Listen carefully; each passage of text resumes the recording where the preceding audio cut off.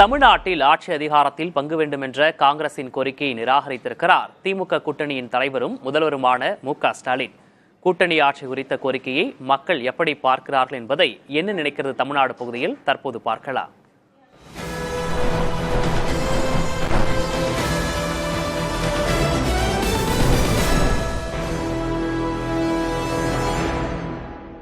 எம்ஜிஆர் பீரியடோட ஒரு கட்சி ஆட்சி முடிஞ்சு போச்சுங்க. இப்போ உண்மையாக கூட்டணி ஆட்சி தாங்க வரும். அது டிஎம்கே கலைஞர் அவர் இருக்கிற வரைக்கும் தனிப்பட்ட முறையில் வந்தாங்க. இனிமே கூட்டணி ஆட்சி வந்தா தான் ஓரளவுக்காக நல்லா நடக்கும். கூட்டாட்சி இருந்ததுன்னா பலதரப்பட்ட மக்களுக்கும் பலனுள்ளதா இருக்கும். ஒரு கட்சி இருந்ததுன்னா இஷ்டத்துக்கு அவங்க பார்க்கல சௌரியத்துக்கு ஆட்சி நடத்துறாங்கல்ல. இப்ப கூட்டாட்சி இருந்ததுன்னா அவங்க சொல்றது அவங்க கேட்டுதானே ஆகணும், இல்லைன்னா கவுத்து விட்டுறலாம்ல. கூட்டணியில இருக்கிறவங்க பங்கு கொடுக்கல, தப்பு இல்லை. திமுகவோட நிலைப்பாடு சரியானதுதான்.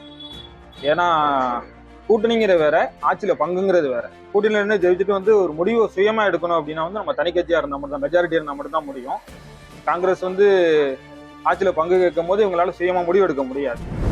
மு.க.ஸ்டாலின் அவர்கள் முன்னொரு காலத்துல அவங்க காங்கிரஸுகளுக்கு சப்போர்ட் பண்ணதுனால அவங்கள விட்டுறக்கூடாதுன்னு அரவணைச்சு கொண்டு போறாரு. அது அவரோட பெருந்தன்மையை காட்டுது.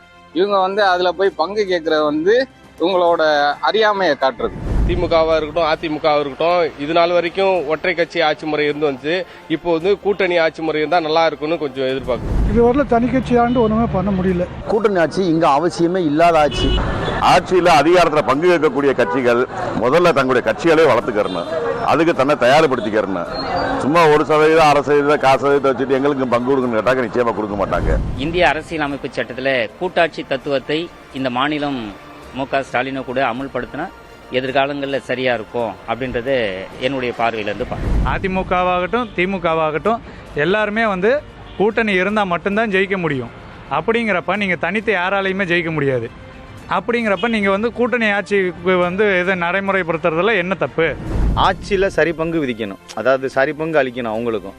இப்போ முதலமைச்சர் அந்த கட்சியோட மூத்த முதலமைச்சராக இருந்தாங்கன்னா கூட்டணி ஆட்சி அமைக்கிறவங்க துணை முதலமைச்சர் பதவி இந்த மாதிரி கொடுத்தா தான் அந்த முதலமைச்சரில் இருக்கிறவங்க நாளைக்கு தவறுகள் எதுவும் பண்ண மாட்டாங்க. இப்போ மன்னராட்சி பண்ணிக்கிட்டு இருக்காங்க.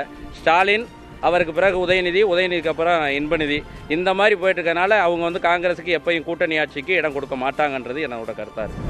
கூட்டணியா கேட்டீங்கன்னா அவங்க ஒரு கருத்து சொல்ல, இவங்க ஒரு கருத்து சொல்லன்னு ரெண்டு பேருக்கும் ஒரு குளறுபடி வரும்.